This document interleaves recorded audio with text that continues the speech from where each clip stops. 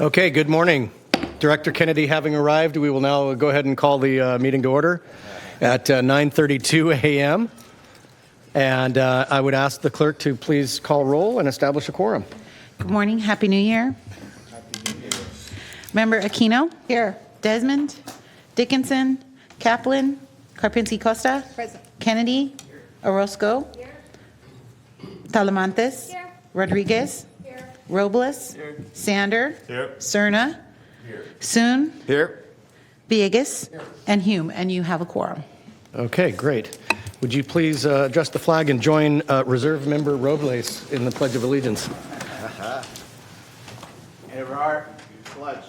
I pledge allegiance to the flag of the United States of America and to the republic for which it stands, one nation, under God, indivisible, with liberty and justice for all. Okay, thank you. We will note for the record the arrival of Director Kaplan. Does not affect quorum. And now, would the clerk please read the statement and public comment procedures? Yes. This meeting of the Sacramento Area Sewer District is live and recorded with closed captioning.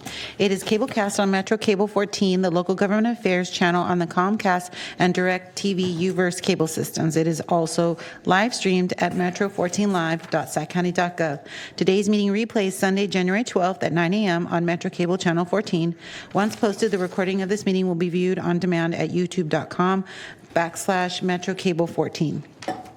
In accordance with Government Code 54952.3, compensation for meeting of these legislative bodies is required to be verbally disclosed. The amount of $100 will be paid for each member participating today as a member of the Sacramento Area Sewer District. Compensation for Sacramento County Supervisors and City of Sacramento Council members is paid to the county and city respectively to partially offset the costs of those governments. Compensation for other board members is delivered to the individuals. To make an in-person public comment, please complete a speaker request form and hand it to the clerk. The chairperson will call your name when it is your turn to make a comment. You may send written comments by email to boardclerk@saccounty.gov. Your comments will be routed to the board and filed in the record. And that concludes the clerk's statement. Thank you so much. All right, then if the clerk would please move us on to item number 1. Item number 1 is the election of board chair and vice chair for 2025. Good morning, Chair and Vice Chair.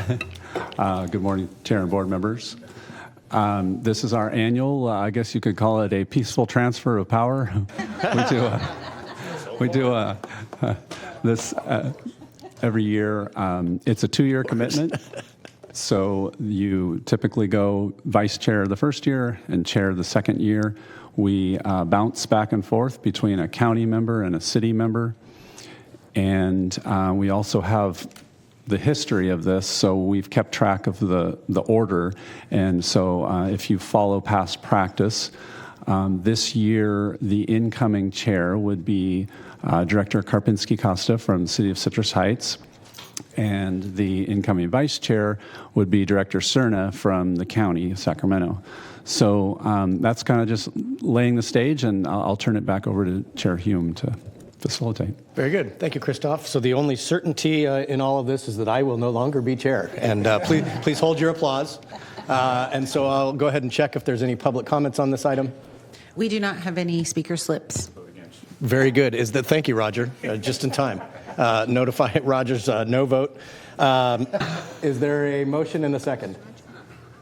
Second. And I would assume that's for the recommendation of Karpinski Koska as chair and Cerna as vice chair? Yes. Yeah. Okay. Yes. Very good. And so that was a motion by Director Aquino, seconded by Director Soon. I believe that was correct. Thank you. All right. All those in favor say aye. Aye. Aye. Anybody saying no? Roger? Okay. Very good. Then that business having been conducted, I will now shift the gavel over to the new chair and bid my... Oh. Thank you. Out of the frying pan into the fire.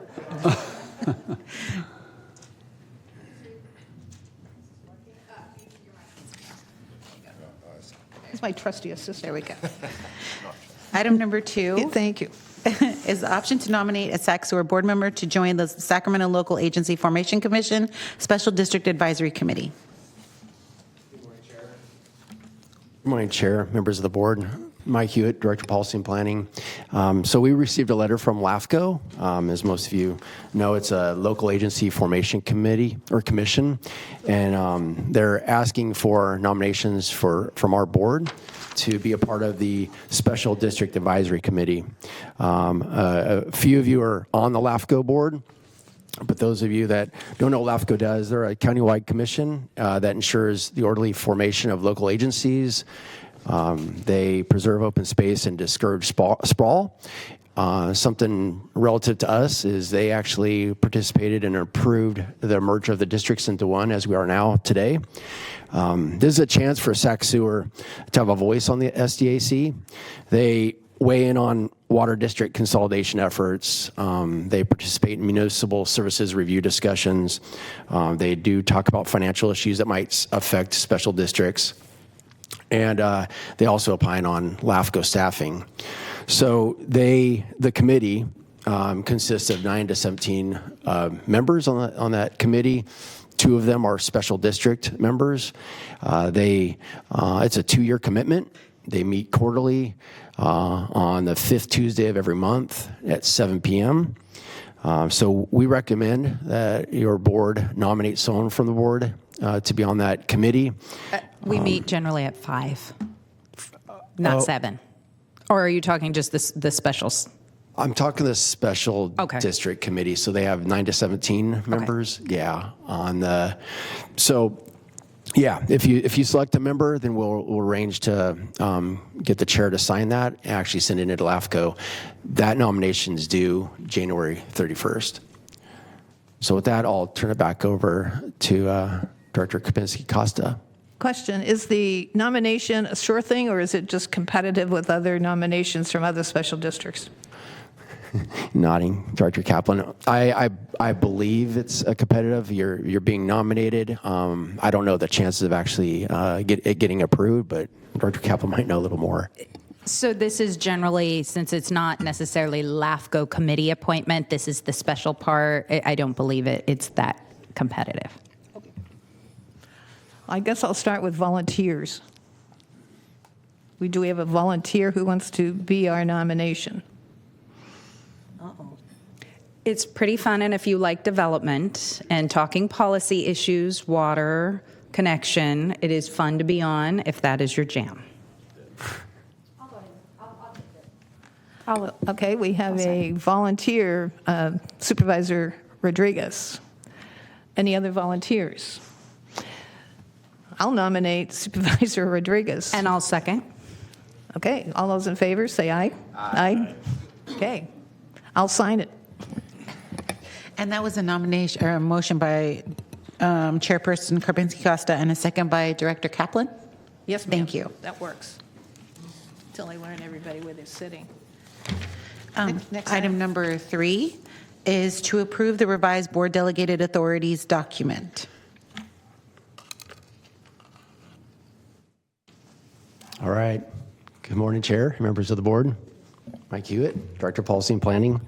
I'll be presenting recommended changes to the board delegated authorities and asking for your approval to adopt the resolution or the revisions.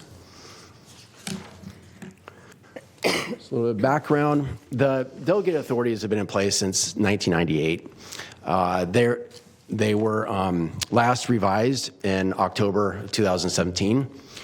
They are 2 documents currently. They're identical, but there's one for Regional SAN and one for SASD.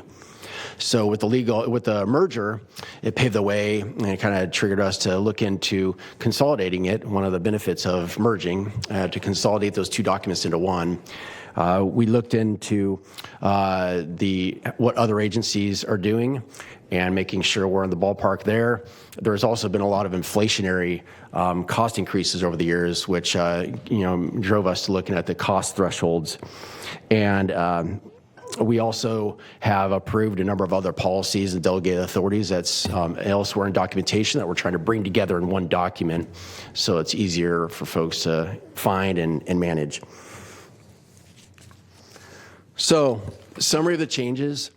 We did just we updated language, for example, regional SAN in the district and SASD, it's just all now SacSewer. There's more clarity and functionality, and it's more consistent throughout. We did update and make sure the references to contract codes are updated, and a lot of maybe not repetitive, but similar type of language that were kind of condensed and made into one, so it makes it easier to follow and read. And we did account for the merger, combining 2 into 1 and the other associated things as well. And being a new employer, there's some other authorities that we need to have in place to be an independent employer.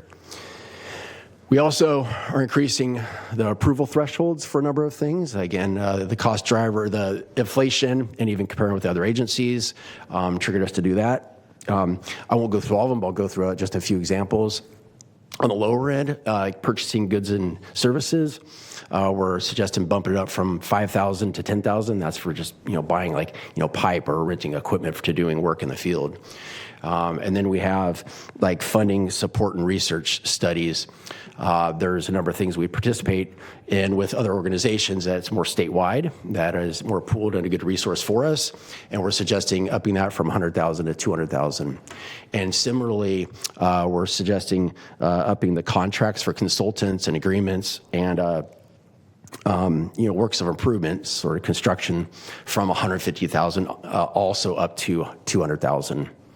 And on a little bit of a larger scale, we're recommending upping the authority for Christoph to approve award contracts from $5 million up to $8 million. So a contract will come to the board for advertisement to bid, but when the bids come in, if there's the low bid, if there's no protest and it comes under the engineer's estimate, gives Christoph the approval to award that bid.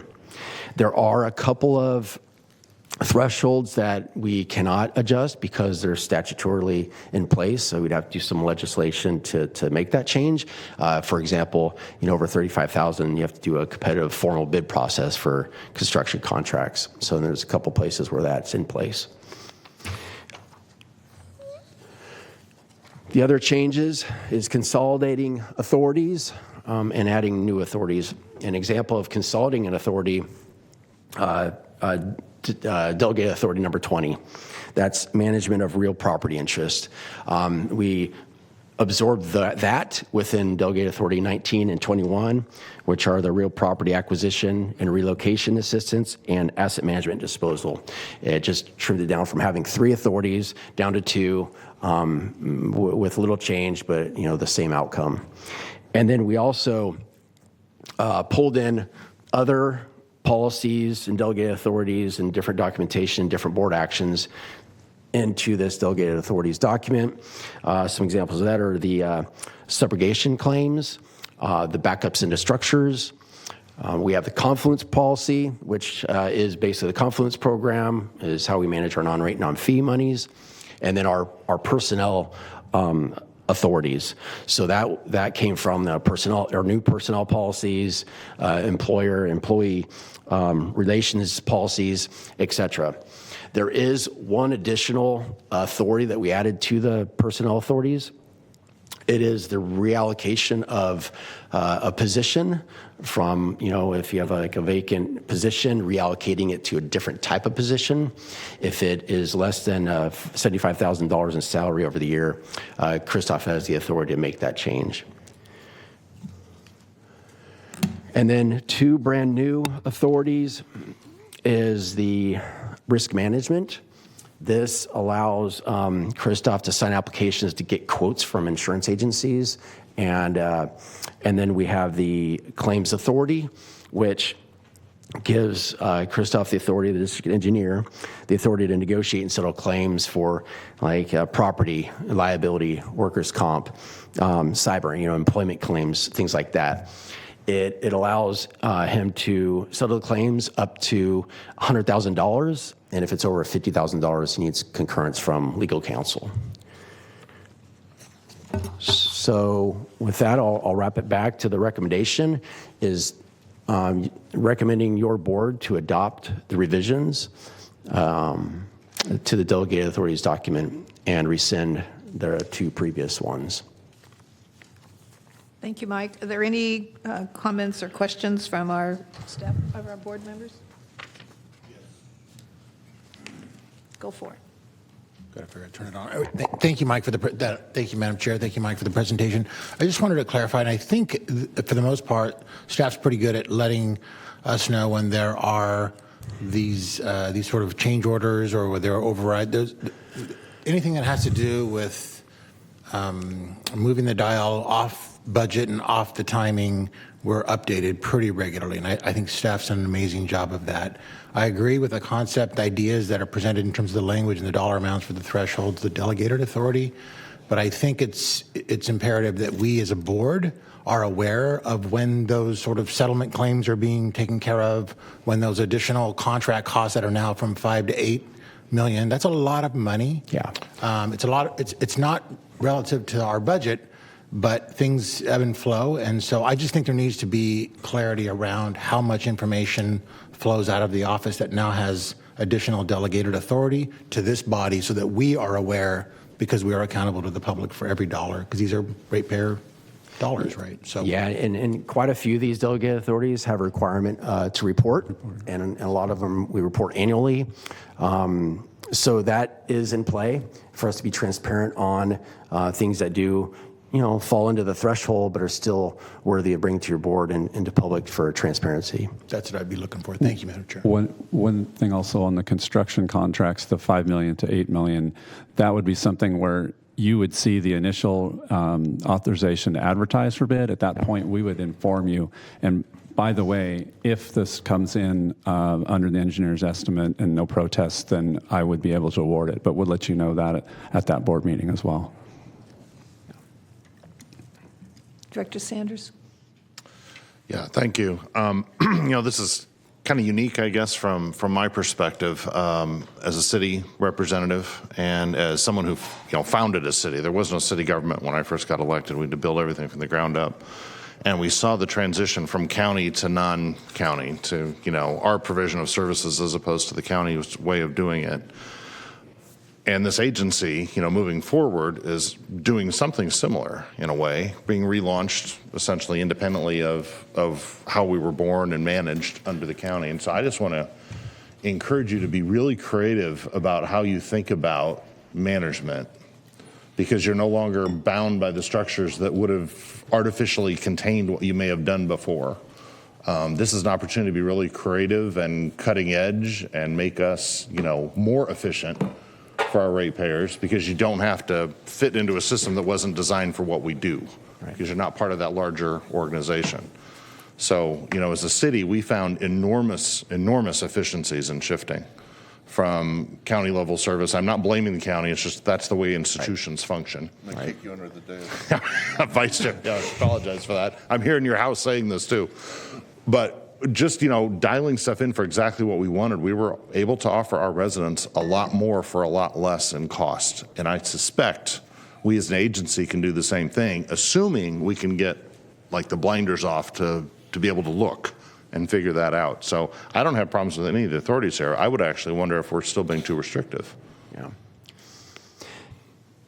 I mean, it's a good comment, and I appreciate that. And we did have some discussions on what, is the right authority level. I think this is a good first step, and we'll look at, again in the future. And I speak on behalf of this whole executive team. We are looking outside the box and trying to find other ways to be more innovative and efficient as well. So I appreciate that. Director Kaplan? Thank you, Chair. Just following up a little bit on what Director Villegas said.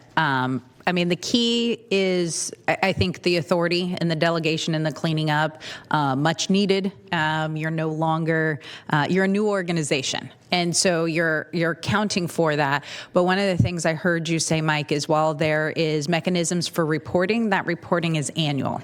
And generally, if something happened in February, but you don't report it till January the next year, the transparency and accountability piece is kind of lost. So I don't know if there are items where certain things should just be reported quarterly. And it could be a consent item, or it's something that Christoph, it's a report that comes out, just FYI, I want you guys to know we had this settlement or this is what's going on. Any questions, let me know. But I think it's the balance of one, giving more authority, but making sure that it's timely, and sometimes annual reports are not timely. Right. I don't think all of them are annual, but most of them are annual. And one thing I want to clarify is this is not new. We had the vast majority of these already. Mostly it's pulling them together. But if there's anything that is specific that you have a concern about, you'd like to see reported more frequently, we're happy to do that. I think it gets concerning if there's settlements or lawsuits, of it's discussed mostly in closed session, but annual reports on that maybe not as timely, because we need to also be responsive to our constituents if we hear things that maybe, if it's a bigger item, not, there's little stuff happening all the time. But I think on bigger stuff, I don't know how my fellow directors feel, but sometimes it's more of just being in the know, and an annual report is hard because sure, we may read it, but it may not have reference to what we could have helped you with or needed to know at the time. So that's something that we can put in practice immediately. I would think that would be something that we would report back soon thereafter, obviously with any legal requirements attached to that as far as what we would disclose. But we can make an edit to that to maybe a time period, within 30 days or something like that. And I'm kind of looking over to council, but I can't quite see her. But how about this? I trust you guys to figure out the right language of things that need to come back and making it a timely report back to the dais. We'll do that. Thanks. Any other comments or questions? Seeing none, entertain a motion.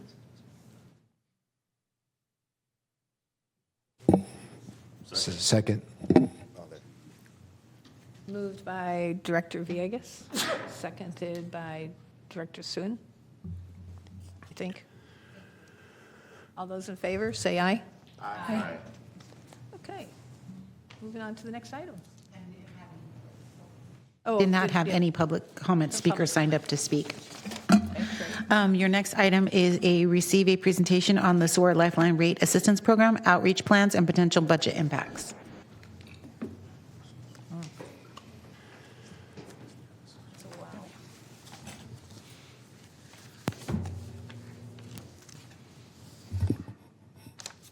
Good morning, Chair, members of the board. Still Mike Hewitt, Director of Policy and Planning. This discussion is going to focus on the Sewer Lifeline Rate Assistance Program and our outreach that we're planning on doing and the potential budget impacts of this outreach. So a little bit of background, that I know a lot of you know, some of you are new here. SacSewer has what's called a Sewer Lifeline Rate Assistance Program that provides rate assistance to low-income customers. And if customers pay their bill and meet the income eligibility requirements, they can qualify and get the SILRAP discount. The SILRAP discount, a little bit more overview before I go into the discount itself. As you know, and most of you know, SacSewer does treatment and collection services. The treatment covers a little broader area. It covers majority of Sacramento County and then West Sacramento. Collections covers all that area with exception to West Sacramento, the majority of Folsom, and about half of the city of Sacramento. Those jurisdictions also have sewage collection services.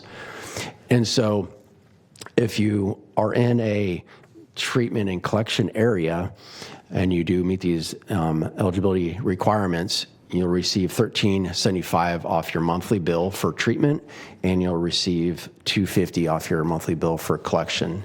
If you're in, for example, West Sacramento, you'd only get $13.75 off your bill for treatment, and they may have their own programs for collection.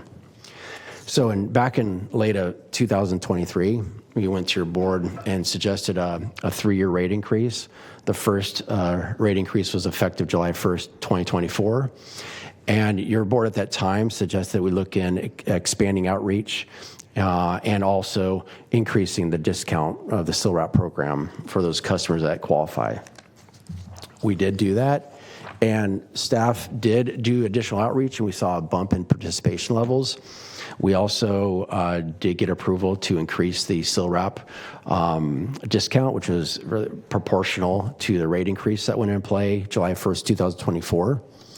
And then concurrently during that time, we also were reaching out to SMUD and PG&E. SMUD and PG&E have rate assistance programs, and their qualification threshold is exactly the same as ours for the SILRAP program. Now, there is one distinct caveat that the SILRAP for SacSewer does not apply to, or folks that are renters who don't pay their bill do not qualify for that. SMUD and PG&E do not limit that.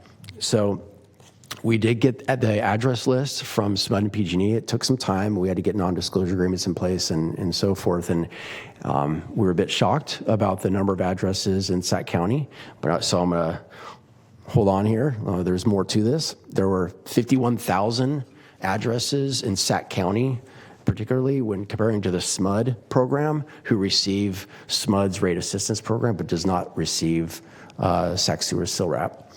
But there's majority of these we anticipate are renters.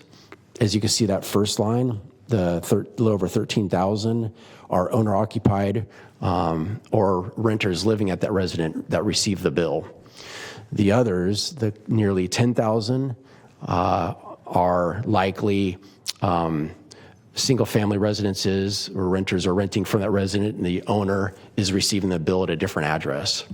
And then the 26,000, likely a lot of that is the apartment complexes and mobile home parks where there's a central office receiving the bill for the whole complex, but it's not broken up for the individual customers. And those individual customers are likely, renting those places. And then there's the 1760, which are not in our database. We need to dig into that a little bit more, but we do suspect, perhaps it could be a lot of those might be folks that are not connected to the sewer system, but are receiving SMUD services. So similar exercise in West Sacramento, where we looked at the PG&E customer list and compared to our SILRAP customers, and there's almost 5,400 customers that receive rate assistance for PG&E in West Sacramento.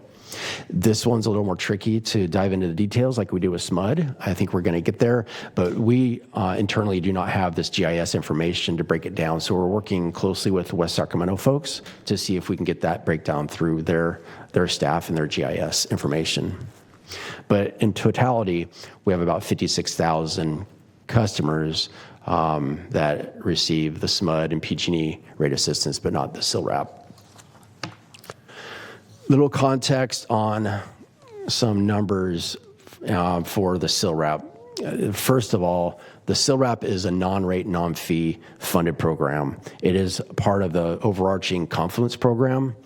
At the end of last fiscal year, we spent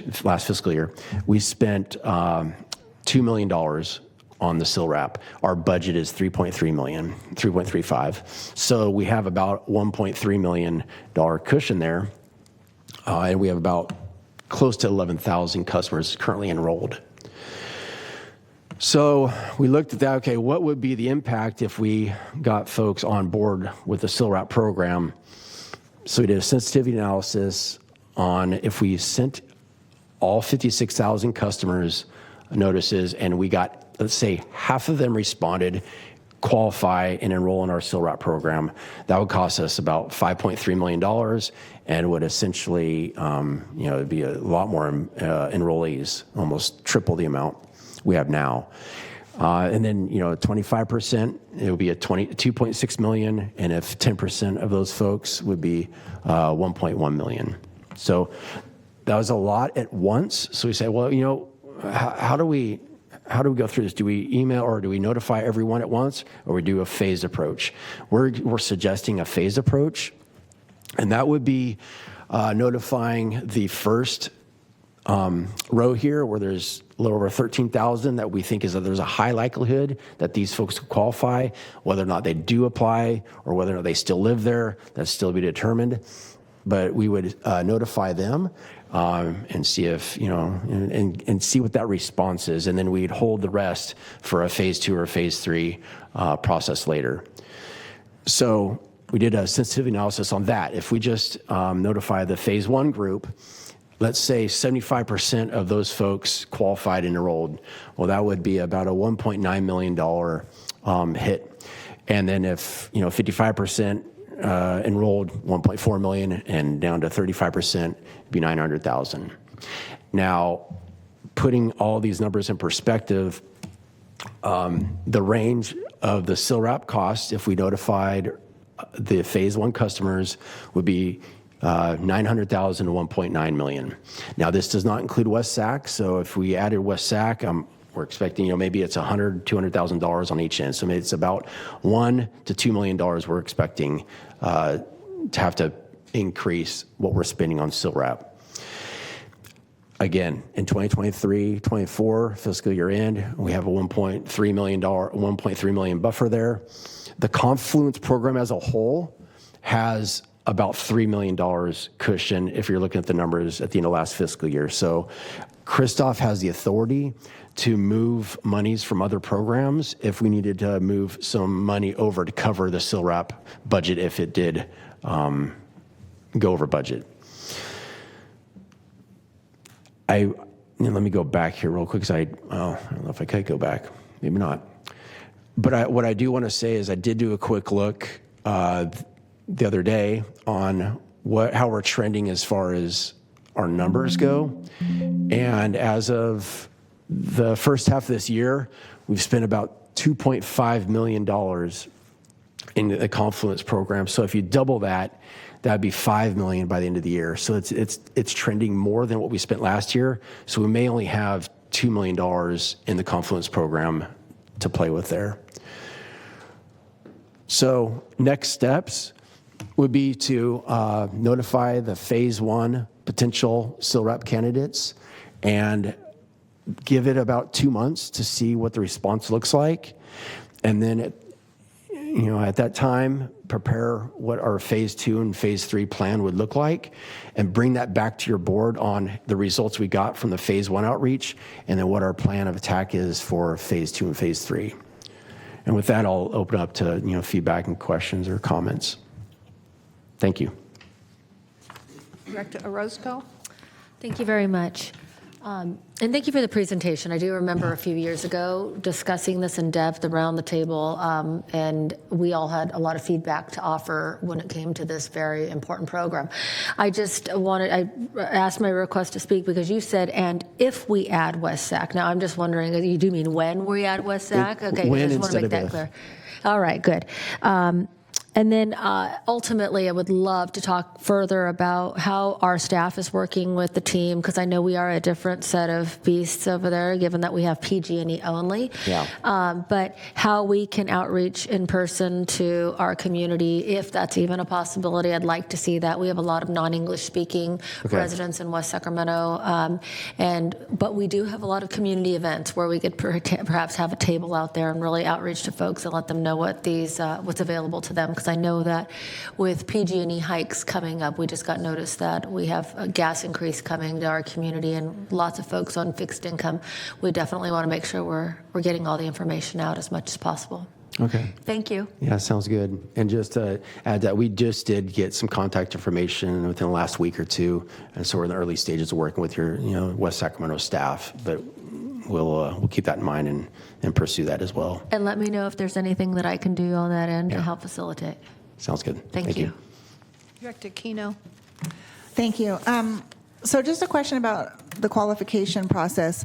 So in the city of Folsom, our utility bill has a line item charge for SacSewer, which is, right, we collect and pass through to you. But we made a change a few years ago that our utility bill must be in the name of the property owner, but we can have a duplicate bill sent to the renter. I assume in most cases, if the renter is getting the duplicate bill, it's because they are responsible for paying the bill. But so how would somebody who's renting but paying the utility bill, how would they prove that they're doing that in order to qualify for this program if the actual bill is in the name of the property owner? What do you need from them?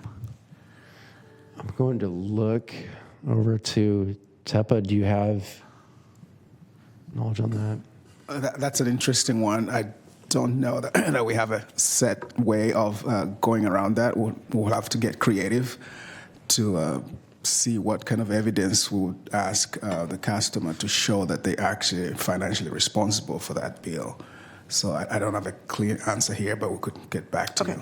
Maybe I'll connect you guys with our staff. Yeah, Okay. that'd be great. I can say that we did. There was a apartment complex in the city of Sacramento that we worked. It's been a number of years now, but we worked with, and I don't even know how successful it was, but we were working on a process to get the landlord to be able to provide us some sort of written evidence that they were actually paying the bill. So we can, that may take some process to set up, but we can work, and as long as we can establish that they're paying, then they would be eligible. Okay, thank you. Just to add on, I know one thing that we do now is if the renter has a lease agreement that specifies that as part of renting they're responsible, that is acceptable as well.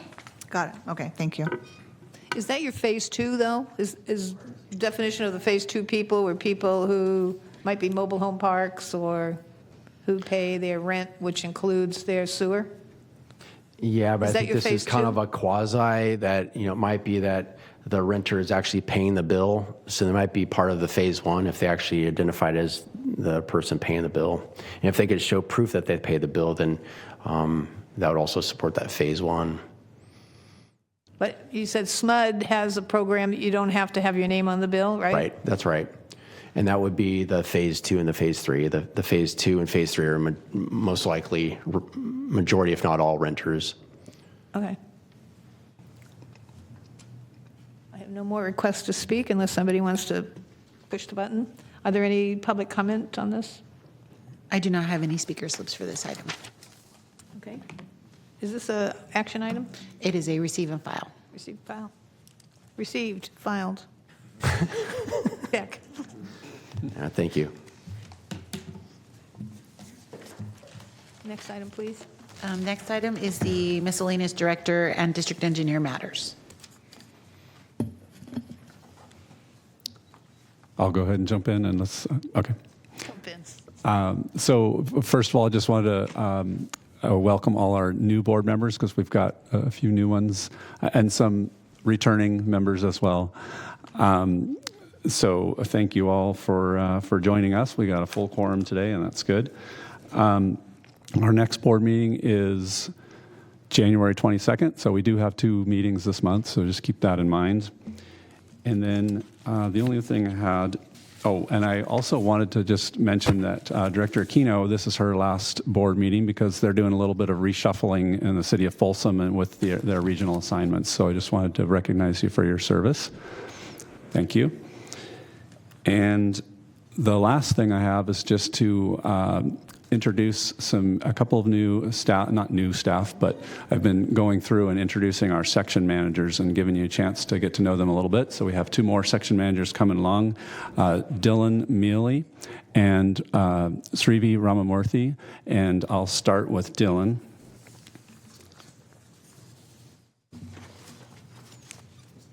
There we go. Dylan's a principal civil engineer in the Policy and Planning Department, overseeing long-range planning efforts, community-wide septic to public sewer conversion projects, managing the sphere of influence and service area boundaries for SacSewer, leading rate and fee updates, and developing staff. Dylan has over 20 years of experience in various roles and positions within SacSewer, including serving as a project manager for rehabilitation and repair projects, completing in-house design work, responding to sewer spills, and managing the development services group. And this is an aside, it wasn't in his bio, but I have done that job, the development services group. It's a senior civil engineer. It's a very difficult job, so anyone who's been through that has been through quite a bit. He has a Bachelor of Science degree in civil engineering from Sacramento State University and is a licensed professional engineer in the state of California. So, Dylan. Welcome. Welcome. And our lab manager, Srivi Ramamurthy. Dr. Ramamurthy is an environmental microbiologist with a PhD from the University of Montana. With over 15 years of experience in the field, her research has focused on microbial sulfate reduction, and its role in controlling metals in contaminated freshwater environments. She also holds a master's in biophysics and crystallography and a bachelor's in physics, both from the University of Madras, India. She's going to challenge me on all of her qualifications, just being able to say them. Shrivi joined SacSewer in 2005 as Laboratory Quality Assurance Officer, where she developed and implemented the lab's QA program and coordinated ELAP certification and our NPDS, that's our permit-related testing. She now serves since September 2012 as a lab manager at the SacSewer Environmental Lab at our Echo Water facility, overseeing lab operations, maintaining our ELAP certification, and ensuring compliance with the environmental regulations for wastewater, drinking water, and biosolids. The Environmental Lab is a full-service facility performing over 90,000 tests annually across various environmental analyses, field monitoring, and sampling services. The lab's staffed by 33 full-time employees with expertise in chemistry and biology. In addition to her lab management role, Srivi and her staff provide technical consultation across a variety of district projects, working closely with teams from policy and planning, operations and maintenance, WISCUS, which is our source control section, and external agencies. She also supports regulatory compliance investigations and ensures the laboratory's work meets all necessary standards. And I'm not going to go into any more detail on this, but also she's taught microbiology at the college level as an adjunct faculty member at Folsom Lake College and Casumas River College. So, Srivi. Wow. Gives us a little elevated, look at, Okay, great. All right, that's all I had. That's all you have. What's next? Madam Chair, may I just jump in for 1 second? Yes, Sarah, please. I just wanted to say that I've enjoyed working and serving with all of you the past 2 years. It was never my intention to be a short timer.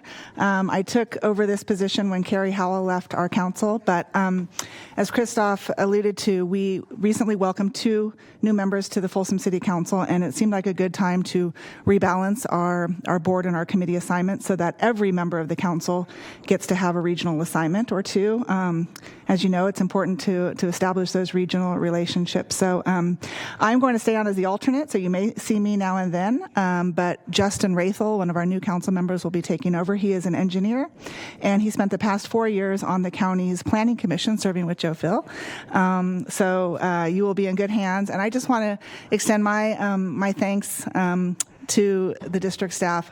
I am typically the first member here because I have a long way to come, and it gives me some opportunity to chit-chat with these folks and get to know them. And I think this is a very, very well-run organization, doing really important work and very innovative work. So appreciate getting to know all of you, and thank you for your service. And thank you for yours. We look forward to meeting your successor. Let's hope he fills the shoes that you had here. So I'll miss you, Sarah. Okay, is there any other comments? Oh. Did you want to speak? I'm back here. Director, is she still here? Director Roscoe, did you have a comment? It was from before, I Okay, it didn't apologize. erase itself, that's why it keeps coming back. That went away when you hit it. Oh, is there another one? Oh, Mr. Thompson. Did you put your name up here? I did. I forgot one thing. I just wanted to say. You can pump in any time. So for our new members, we want to offer you a plant tour for sure. Our Echo Water facility is the second largest in the U.S. of its kind. You'll love it. You will be a certified sewer nerd when you're done. So if you haven't had the opportunity to do that yet, absolutely take us up on that. And then we'll be setting up briefings as well for anyone who's new, just to get you up to speed on what our challenges and issues are. Thank you. And be sure to take a tour of the Nicholas Dairy, which is, to me, just amazing. That's another tour we can set up as well if you're interested. It's our educational program. Yep. Okay.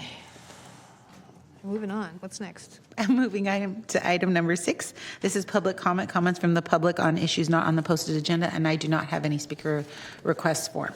Okay. Item number 7 is 7 through 9 are consent items. Yes, ma'am. Who moved? Who seconded? Was that a motion by Director Villegas? Kennedy. Thank you. Kennedy. Who seconded? Rodriguez. Okay. All those in favor say aye. Aye. I can't always see when I look down real fast. Okay.